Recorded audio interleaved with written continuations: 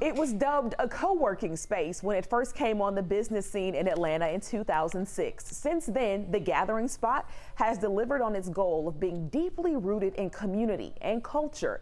In today's Voices for Equality, we're taking a look at the lasting impact this Black-owned private membership club is having right here in Atlanta.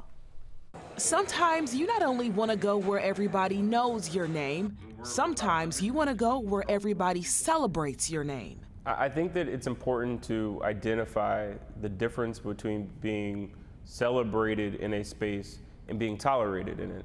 And so here at the Gathering Spot, we're really intentional about making sure that Black folks in particular, who have not always been celebrated within spaces, absolutely feel celebrated here.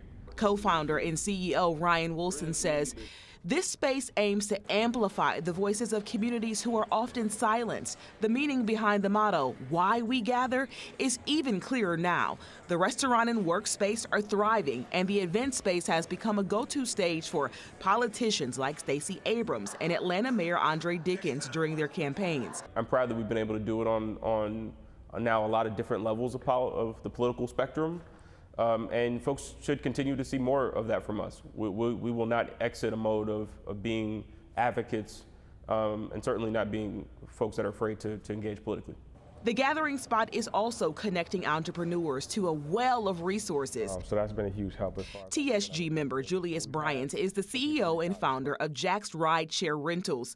He's leveraged professional resources here that has now helped him cross the $1 million revenue mark. But here I have the option to spend money with people who look like me, network with people who look like me. As the largest private club in Atlanta, the Gathering Spot wanted to shatter the idea of what members-only clubs look like. Not only are we trying to emphasize the experience of Black people, but particularly Black women. So 60% of our membership base are women, and we're specific about that. If you're going to disrupt the traditional idea of a country club, our idea was that you needed to do that with folks that traditionally hadn't been invited into that experience. The voices are amplified, and there's no fight for equality here. It simply just is. If it all ended today, folks would look back on the work that's happened here and would just see a lot of positive things that came from it.